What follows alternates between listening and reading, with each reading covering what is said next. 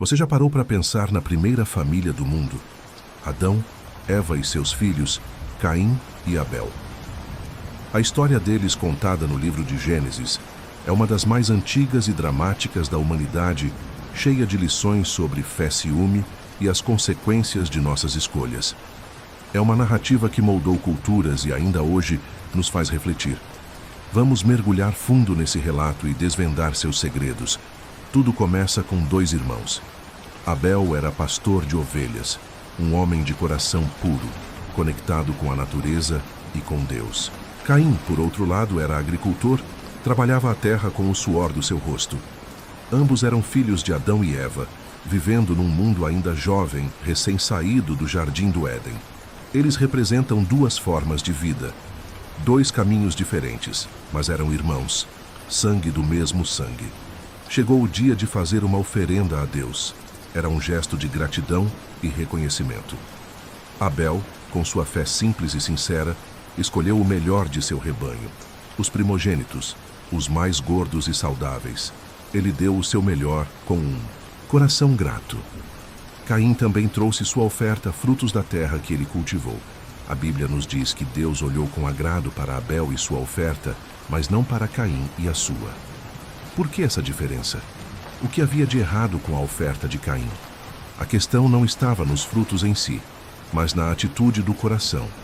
A carta aos Hebreus no Novo Testamento explica que foi pela fé que Abel ofereceu um sacrifício superior. O coração de Abel estava no lugar certo. Ele não deu apenas por obrigação, mas com um espírito de devoção genuína. Já Caim parece que fez sua oferta de forma mecânica, talvez com o coração cheio de outras intenções, e a reação de Caim foi imediata e intensa. Em vez de se perguntar o que poderia fazer melhor ou buscar a Deus para entender, ele ficou furioso. Seu rosto se fechou, tomado pela raiva e pelo ciúme. Deus, em sua misericórdia, viu o estado de Caim e foi até ele. Ele o alertou de forma amorosa, dizendo: "Por que você está tão irado? Se você fizer o bem, não será aceito?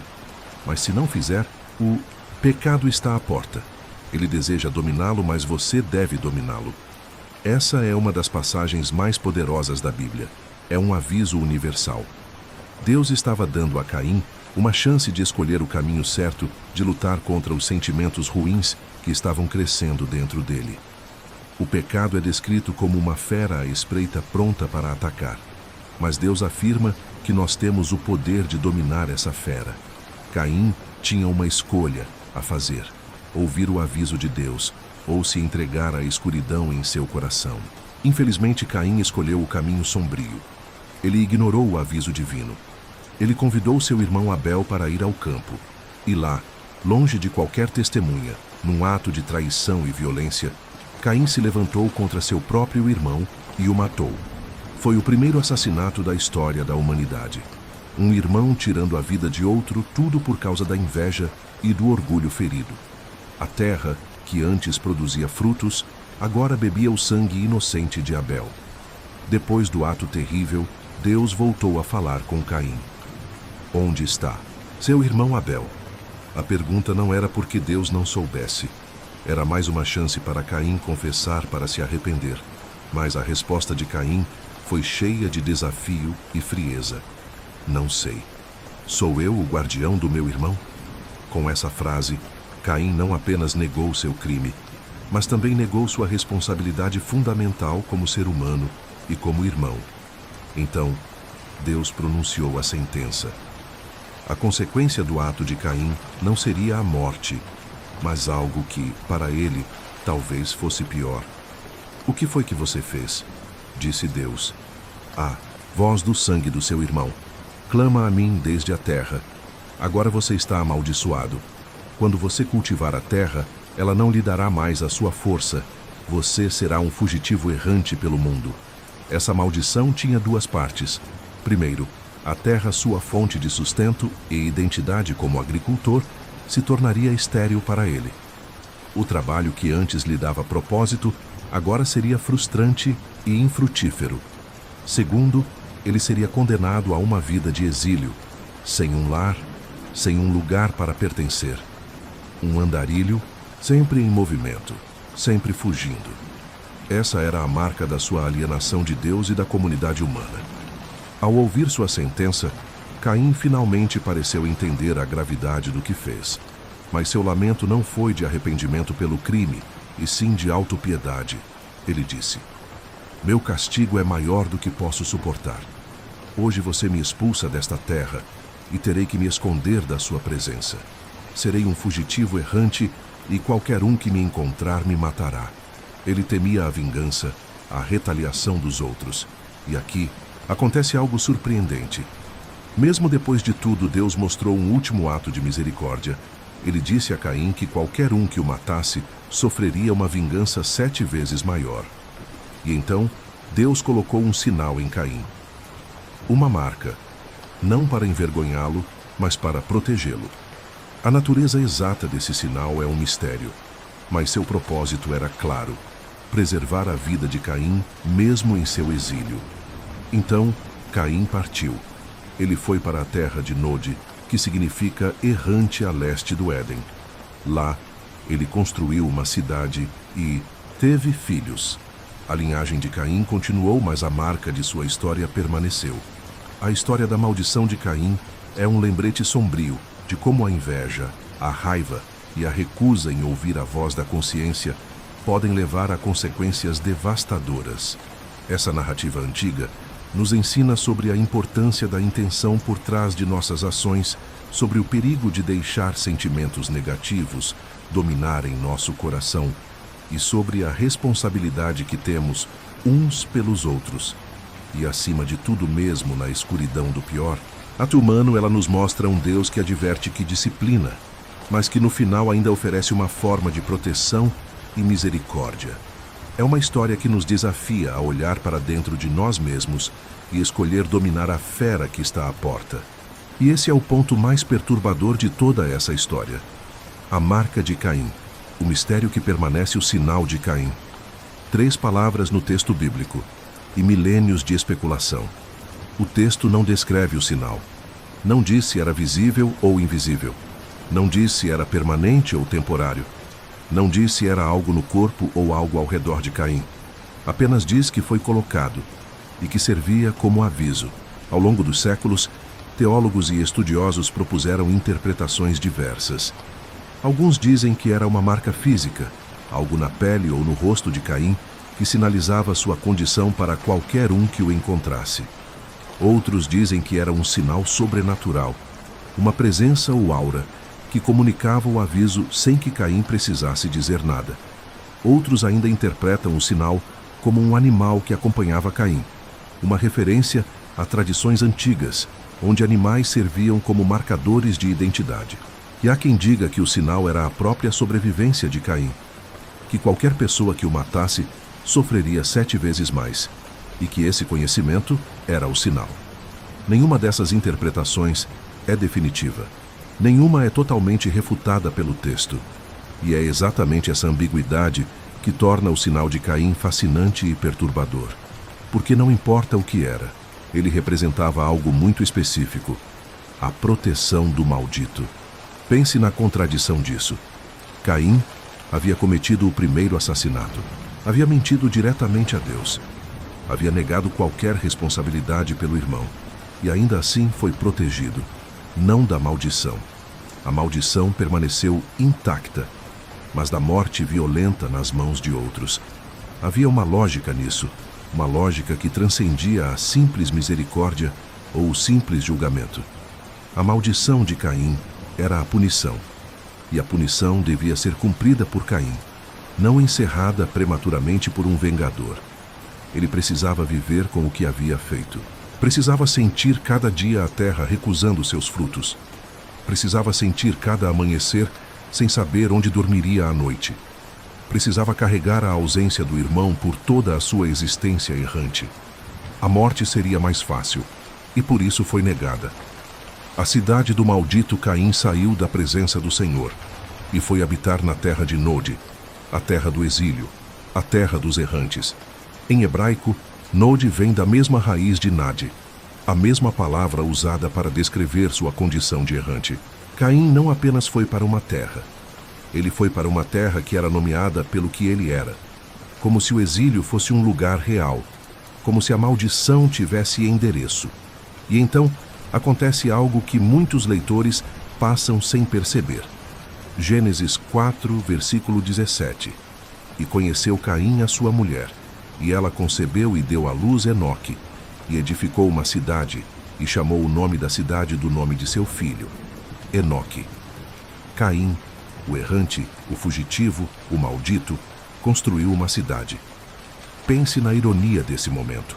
Ele foi sentenciado a nunca ter lar, a nunca pertencer a nenhum lugar, a ser para sempre fugitivo e errante, e construiu uma cidade, não para si mesmo, dizem alguns estudiosos, mas para o filho, como se o ato de nomear a cidade com o nome de Enoque fosse uma tentativa de criar pertencimento para a linhagem, quando o Criador não podia mais pertencer a nada, uma tentativa de transmitir o que havia sido tirado, de dar ao filho o que ele nunca mais poderia ter. Mas há algo mais perturbador nisso. A maldição de Caim era pessoal, pronunciada sobre ele, sobre seu corpo, sobre sua relação com a terra. Mas o que acontece com os filhos de um maldito? Eles herdam a maldição? Eles carregam o peso sem ter cometido o crime? O texto não responde diretamente, mas a linhagem de Caim que se segue conta uma história por si mesma. A linhagem do maldito. O texto de Gênesis 4 apresenta os descendentes de Caim com uma precisão que parece quase clínica. Caim, Enoque, Irade, Meujael, Metusael e então Lameque.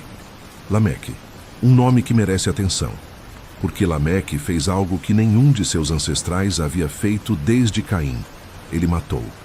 E não apenas matou, ele se vangloriou disso. Gênesis 4, versículos 23 e 24. O chamado Canto da Espada de Lameque, considerado por muitos estudiosos como um dos textos mais antigos preservados na Bíblia. Ouvi a minha voz, mulheres de Lameque, escutai o meu dito. Matei um homem por me ferir, e um jovem por me molestar. Se 7 vezes será vingado Caim, 70 vezes 7 será vingado Lameque. Um canto, para as esposas, sobre ter matado alguém, e a referência direta à proteção de Caim, usada como justificativa e amplificação. Onde Caim havia matado com silêncio e negação, Lameque matava com declaração e orgulho. Onde Caim havia mentido e fugido, Lameque compunha canções. O que havia começado com um ato de raiva e covardia havia evoluído 5 gerações depois em uma cultura de violência celebrada. E aqui está o elemento mais inquietante de toda a narrativa de Caim. A maldição não era apenas sobre Caim, era sobre o que Caim iniciou. O primeiro sangue derramado não foi apenas um crime, foi uma abertura, uma fissura na estrutura moral da humanidade que continuou se expandindo. E o texto bíblico mostra isso com precisão perturbadora. A linhagem de Caim terminou no dilúvio, apagada. Mas o padrão que ela inaugurou, a violência celebrada, a responsabilidade negada, o crime justificado, esse padrão não foi apagado com a água. A segunda maldição. Noé e Canaã. O dilúvio veio, e a terra foi recomeçada. Noé, justo entre os da sua geração, sobreviveu com sua família. E então, após o dilúvio, acontece um episódio que muitos leitores ignoram, ou que leram tão rapidamente que não perceberam o peso. Gênesis 9. Noé plantou uma vinha, bebeu do vinho e ficou embriagado dentro de sua tenda. E então Cam, um de seus filhos, viu a nudez do pai e foi contar aos irmãos, sem cobri-lo, sem cuidar, sem respeito. Os outros 2 filhos, Sem e Jafé, tomaram uma veste e caminharam de costas para cobrir o pai sem olhar para ele. Uma diferença de caráter que o texto registra com precisão deliberada. Quando Noé acordou e soube o que havia acontecido, disse palavras que ecoam até hoje. Maldito seja Canaã, servo dos servos será aos seus irmãos.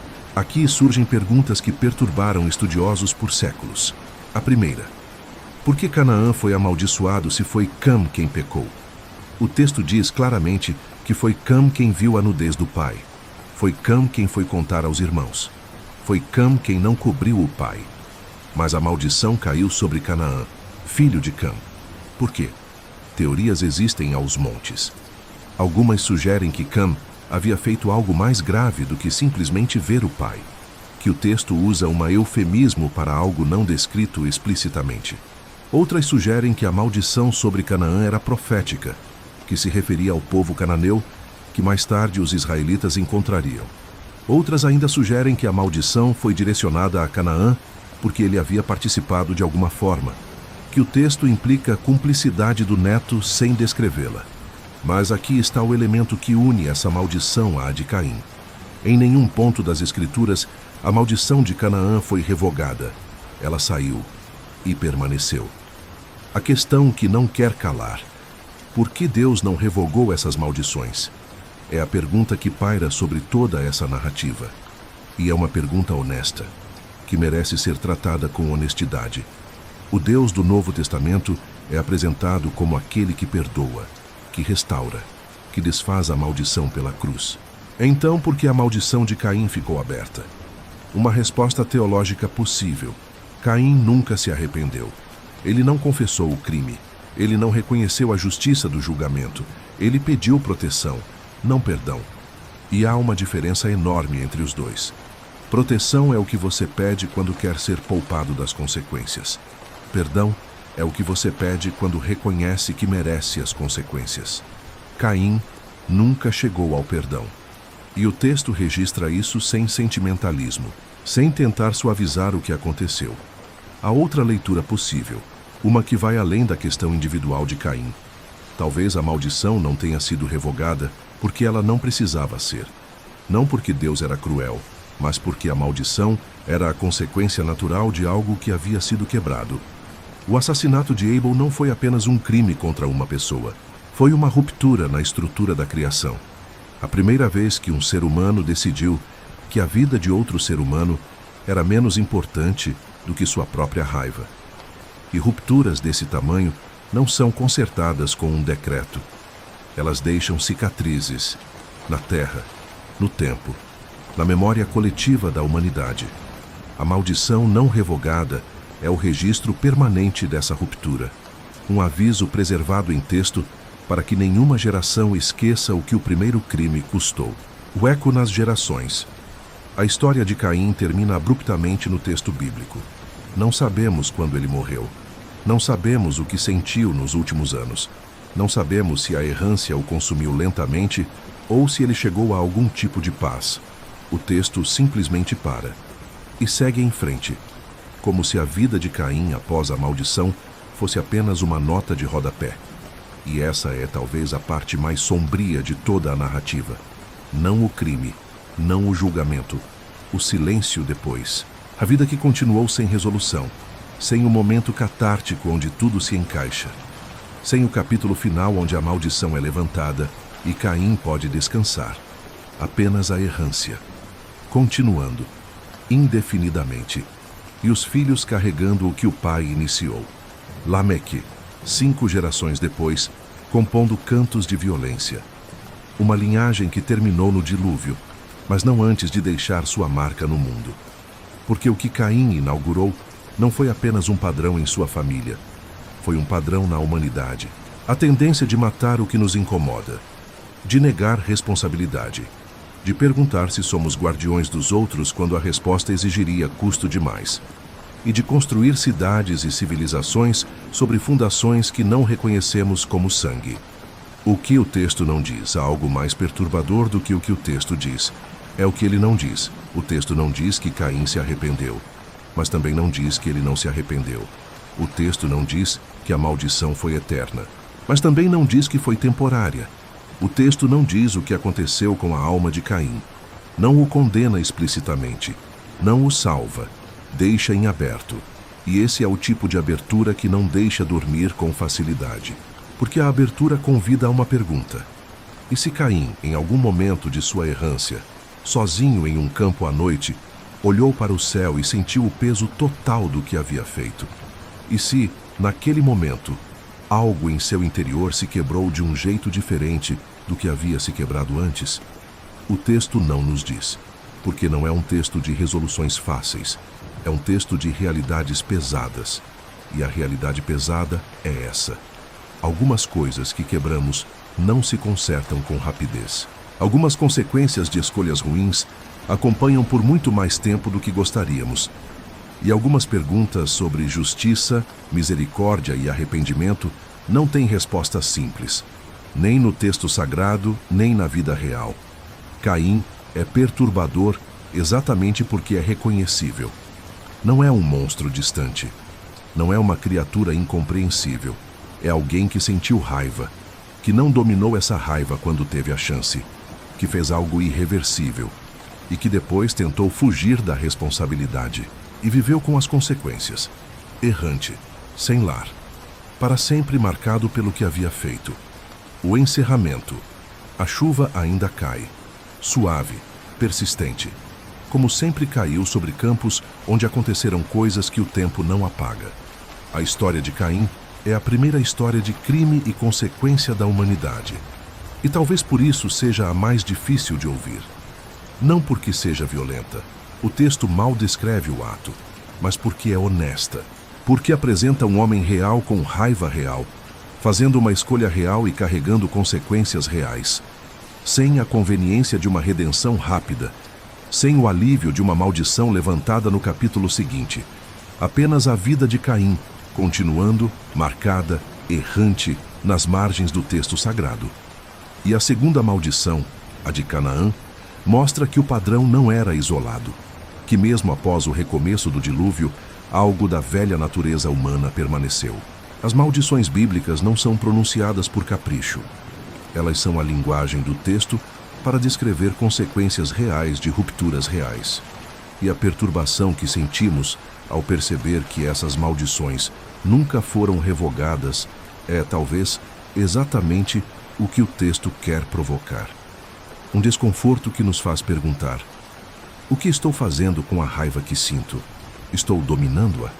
Ou estou deixando que ela me domine? Sou eu guardador do meu irmão? A pergunta de Caim, feita com arrogância e esquiva, mas que, feita honestamente, é uma das mais importantes que um ser humano pode responder. Deixe a chuva continuar. Deixe os pensamentos desacelerarem. Se o sono vier, deixe que ele venha. Mas se em algum momento da noite você acordar e sentir o silêncio mais pesado que o normal, lembre-se, as histórias mais antigas do mundo sobreviveram porque ainda têm algo a dizer. Se esta reflexão te tocou de alguma forma, te convido a se inscrever no canal e a compartilhar com alguém que também aprecia essas narrativas profundas. Obrigado por me acompanhar até aqui.